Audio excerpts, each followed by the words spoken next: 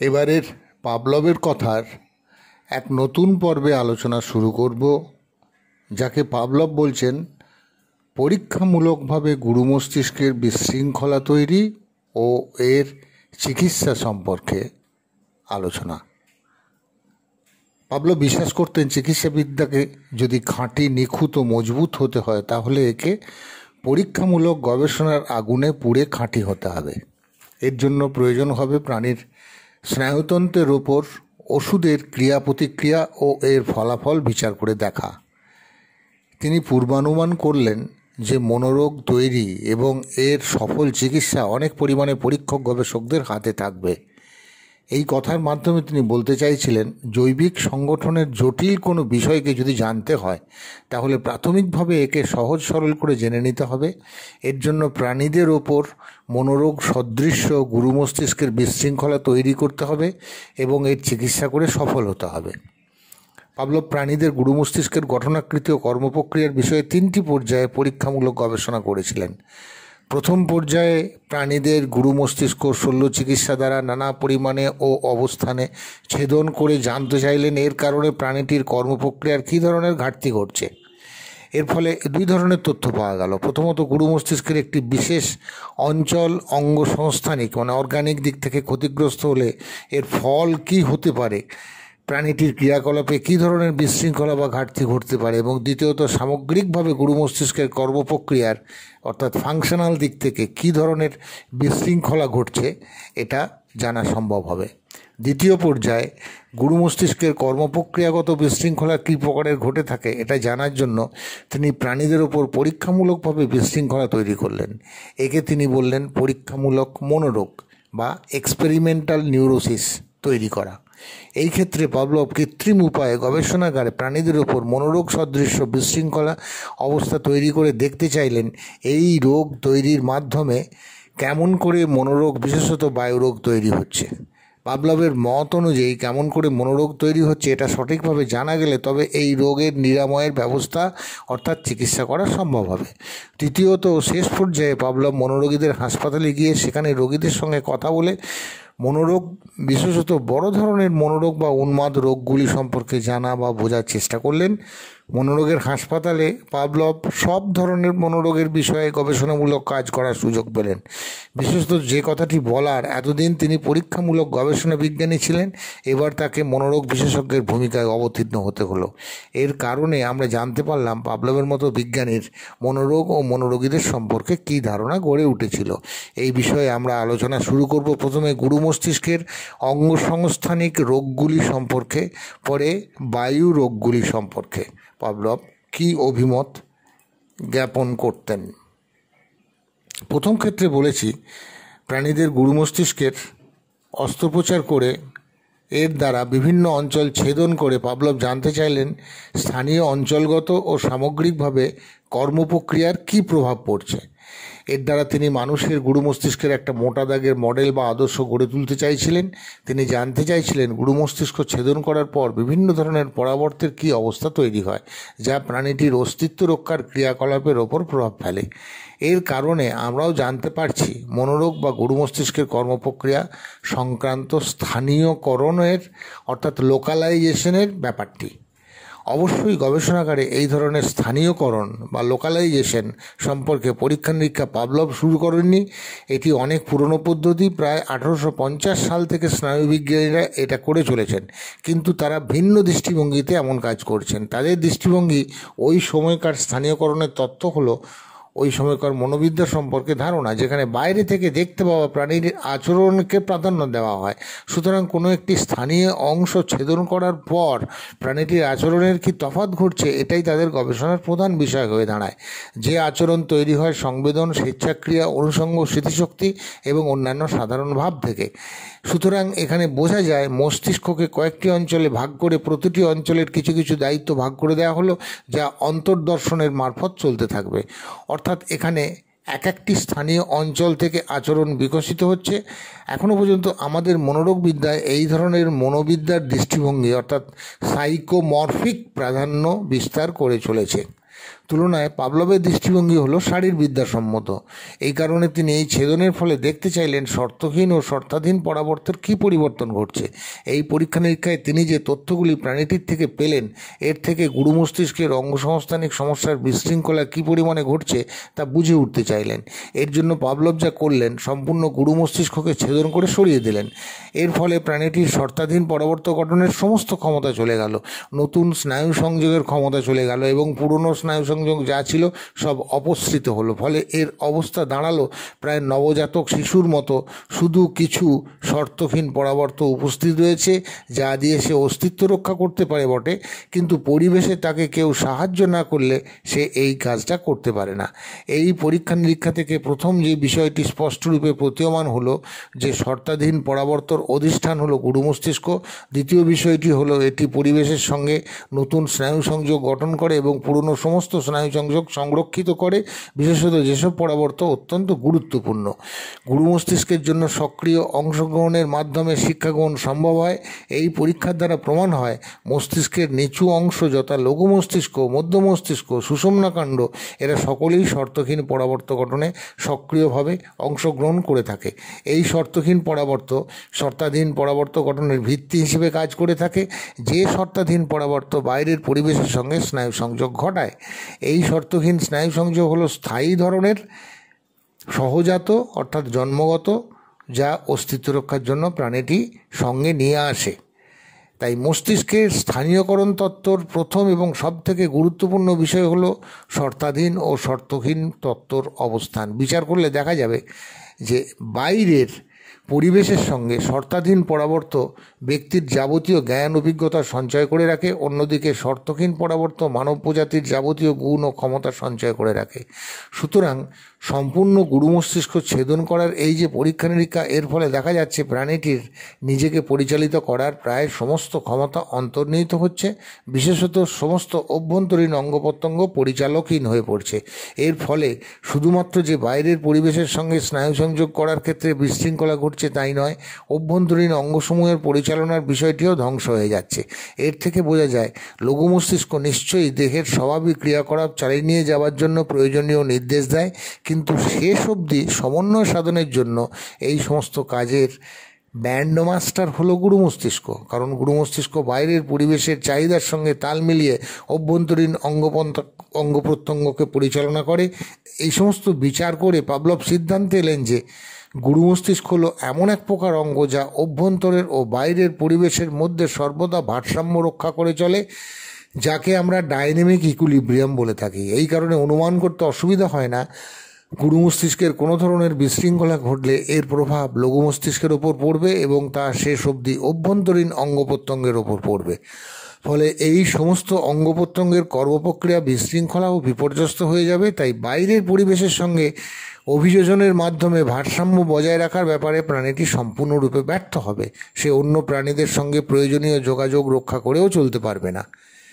এইভাবে পাভলভের গবেষণাগারে পাভলভ, তার সহকর্মী ও ছাত্ররা কুকুরের মস্তিষ্ক ছেদন করে অসংখ্য পরীক্ষা নিরীক্ষা করেছেন এবং সর্বক্ষেত্রে তারা দেখেছেন যে গুরু মস্তিষ্ক যেন একটি বিশেষ ধরনের সংবেদনের অঙ্গ, অর্থাৎ সেন্সারি অর্গ্যান, যেখানে অভ্যন্তরের ও বাইরের পরিবেশের অসংখ্য সংবেদন সংকেত যা শর্তাধীন পরাবর্তের মাধ্যমে প্রাণীটি পায় তার ক্রমাগত বিশ্লেষণ ও সংশ্লেষণ করে থাকে। এই গুরু মস্তিষ্কের মধ্যে বিশেষ ধরনের কিছু সংবেদনগ্রাহী অঞ্চল রয়েছে যারা এই বিশেষ ধরনের সংবেদনগুলি গ্রহণ করে থাকে।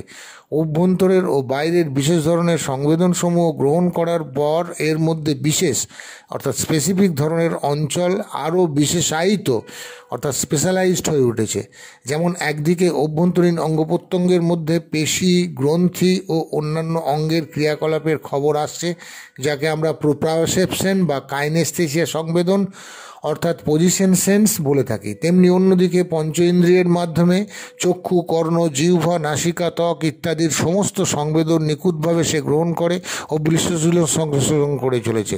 কিন্তু মনে রাখতে হবে শুধুমাত্র অভ্যন্তরে ও বাইরের পরিবেশ থেকে কিছু বিশেষ ধরনের সংবেদন সংকেত গ্রহণ করেই এই প্রক্রিয়া শেষ হচ্ছে না, কারণ এই প্রক্রিয়ায় তাদের সংকেত সংকেতগুলি ভেঙে গিয়ে এর মধ্যে থেকে প্রয়োজনীয় অংশটি বিশ্লেষণ সংশ্লেষণ করে নতুন নতুন স্নায়ু সংযোগ ও অনুষঙ্গ গড়ে তুলতে হচ্ছে। এই কারণে পাভলভ গুরু মস্তিষ্কে উপল চিত্রণ অর্থাৎ মোজাইক অঞ্চল হিসেবে বিবেচনা করতেন, যেখানে নানা ধরনের সংবেদনের সংকেত এসে উপস্থিত হচ্ছে, বিশ্লেষণ সংশ্লেষণ হচ্ছে, অভ্যন্তরে ও বাইরের পরিবেশের প্রয়োজনীয় নতুন অস্থায়ী অনুষঙ্গজাত স্নায়ু সংযোগ গঠিত হচ্ছে ইত্যাদি। অর্থাৎ এর প্রত্যেকটি অঞ্চলের যেন পৃথক ধরনের কর্মপ্রক্রিয়ার দায়িত্ব রয়েছে। তাছাড়া এরা একই সঙ্গে মস্তিষ্কের বিভিন্ন অঞ্চলের মধ্যে অনুষঙ্গ ও স্নায়ু সংযোগ গঠন সমন্বয় করছে। এই কারণে তিনি কখনো ভাবতেন না যে এই ধরনের অনুষঙ্গ অঞ্চল গঠন করার জন্য বিশেষ ধরনের কোনো অঞ্চল রয়েছে। সমগ্র গুরু মস্তিষ্কের বিভিন্ন অঞ্চলের এই ক্ষমতা রয়েছে যে তারা বিশেষ ধরনের অনুষঙ্গজাত অস্থায়ী শর্তাধীন স্নায়ু সংযোগ গঠন করতে পারে। গুরু মস্তিষ্কের এই গবেষণায় পাভলভ আরও দেখলেন যে গুরু মস্তিষ্কের বিভিন্ন অঞ্চলগুলি কুণ্ডীবদ্ধ বা লক্ষণরেখার বেড়া দিয়ে ঘেরা নেই। এরা একটা ধারাবাহিকতার মধ্যে একে অপরের সঙ্গে সংযোগ রক্ষা করে চলেছে। এর গঠনাকৃতি ও কর্মপ্রক্রিয়ার ব্যাপারটিও চমৎকার। যেমন বিশেষ ধরনের কর্মপ্রক্রিয়া সম্পাদন করার প্রতিটি সংবেদন অঞ্চলের নিচের দিকে গভীর অংশে কেন্দ্রস্থলে একটি বিশেষায়িত ধরনের নিউক্লিয়াস রয়েছে, যা বিশেষ ধরনের সংবেদন সংকেতের জন্য নির্দিষ্ট। গভীর থেকে উপরের দিকে সমস্ত অংশগুলিতে ক্রমশ উপরিপৃষ্ঠে সাধারণ মানের অবিশেষ ধরনের স্নায়ু কোষগুলি রয়েছে। এই অবিশেষ কোষগুলি নন স্পেশালাইজড নিউরনস চারপাশে ঘেঁষাঘেঁষি করে রয়েছে, ফলে দেখে মনে হবে প্রতিটি অঞ্চলের প্রান্তীয় অংশ একটি বড় অংশ জুড়ে বিস্তৃত হয়ে রয়েছে। তাহলে গুরু মস্তিষ্ক ধরে বিচার করলে দেখা যাবে এর একটি অংশে রয়েছে এমন ধরনের বিশেষায়িত ও উন্নত মানের স্নায়ুকোষ অধ্যুষিত নিউক্লিয়াস, যারা এই বিশ্লেষণ ও সংশ্লেষণের কাজটি করে থাকে, আর এর অন্যদিকে রয়েছে সমগ্র অঞ্চলটি যা নিউক্লিয়াসটিকে ঘিরে এক বড় অংশ জুড়ে অবস্থান করছে। এই সামগ্রিক বিন্যাসের মধ্যে দেখা যাবে মাঝে মাঝে এমন ধরনের স্নায়ুকোষ রয়েছে যারা বিশেষ বা অতিবিশেষ নিউক্লিয়াস ধরনের, যারা প্রধানত মৌলিক ধরনের বিশ্লেষণ সংশ্লেষণের কাজটি করে থাকে। অন্যদিকে পাশাপাশি এমন অসংখ্য অবিশেষ কোষ রয়েছে যারা গুরু মস্তিষ্কের ধারাবাহিকতা অখণ্ডতা রক্ষা করে চলেছে। গঠনাকৃতি ও কর্মপ্রক্রিয়ার বিচারে দেখা গেছে যখন কোনোভাবে গভীর অঞ্চলের এই নিউক্লিয়াস যদি আংশিকভাবে ক্ষতিগ্রস্ত হয়, তখন প্রথম ঘাটতি দেখা যায় গুরু মস্তিষ্কের কোনো ধরনের জটিল কর্মপ্রক্রিয়ার বিশ্লেষণ ও সংশ্লেষণের। কিন্তু সময়ের সঙ্গে বিশ্রামের সঙ্গে এই ঘাটতি পূরণ হয়ে যায় এবং বিশৃঙ্খল কর্মপ্রক্রিয়া আবার শৃঙ্খলায় ফিরে আসে। অবশ্যই এই ধরনের শৃঙ্খলায় ফিরে আসার জন্য কী পরিমাণ সময় প্রয়োজন হবে তা নির্ভর করে আঘাতের গুণ ও পরিমাণের ওপর। কিন্তু যখন এই নিউক্লিয়াসকে সম্পূর্ণ বাদ দিয়ে দেওয়া হয়, তখন এই বিশেষায়িত কর্মপ্রক্রিয়া আর ফিরে আসে না। তখন শুধুমাত্র প্রান্তীয় অঞ্চলের মোটা দাগের বিশ্লেষণ সংশ্লেষণ দ্বারা প্রাণীটি কাজ চালিয়ে নিয়ে যাওয়ার চেষ্টা করে থাকে। এইভাবে গুরু মস্তিষ্কের বিভিন্ন অঞ্চলের অসংখ্য ছেদন প্রক্রিয়ার পরীক্ষা নিরীক্ষায় দেখা গেছে যখনই কোনো একটি অঞ্চল আঘাতপ্রাপ্ত হয়, তখন এই বিশৃঙ্খলা গুরু মস্তিষ্কের বহুদূর অবধি বিস্তৃত হয়ে পড়ে। এমনকি তা লঘু মস্তিষ্ক সুষুম্নাকাণ্ড সর্বত্র পৌঁছে যায়। ছেদনের পর প্রথম যে সমস্যা দেখা যায়, অন্তত 1 মাস ধরে সেখানে গঠিত হওয়া সমস্ত ধরনের শর্তাধীন পরাবর্ত বিলুপ্ত হয়ে যায়। একে পাভলভ ব্যাখ্যা দিলেন সুরক্ষামূলক নিস্তেজনা হিসেবে, যাকে তিনি বলতেন প্রোটেক্টিভ ইনহিবিশন। গুরু মস্তিষ্কের একটি অংশ আঘাতপ্রাপ্ত হলে এর ফলে নিস্তেজনার প্রবাহ সমগ্র মস্তিষ্ক গুরু মস্তিষ্ক জুড়ে ছড়িয়ে পড়ে। এই নিস্তেজনার কাজ হলো অত্যন্ত সংবেদনশীল স্নায়ুকোষগুলিকে সুরক্ষিত করা। সুতরাং এরপর এই নিস্তেজনার ফল হিসেবে গুরু মস্তিষ্কে যে বিশৃঙ্খলা ঘটে চলেছে এর লক্ষণ উপসর্গ প্রকাশ পেতে থাকে, কারণ ততদিনে নিস্তেজনার ক্রিয়া ঘনীভূত বা কেন্দ্রীভূত হওয়া শুরু করে। এর পূর্বে খুব সাধারণভাবে সব ধরনের বিশৃঙ্খলা গুরু মস্তিষ্কে ও লঘু মস্তিষ্কে ছড়িয়ে পড়তে থাকে।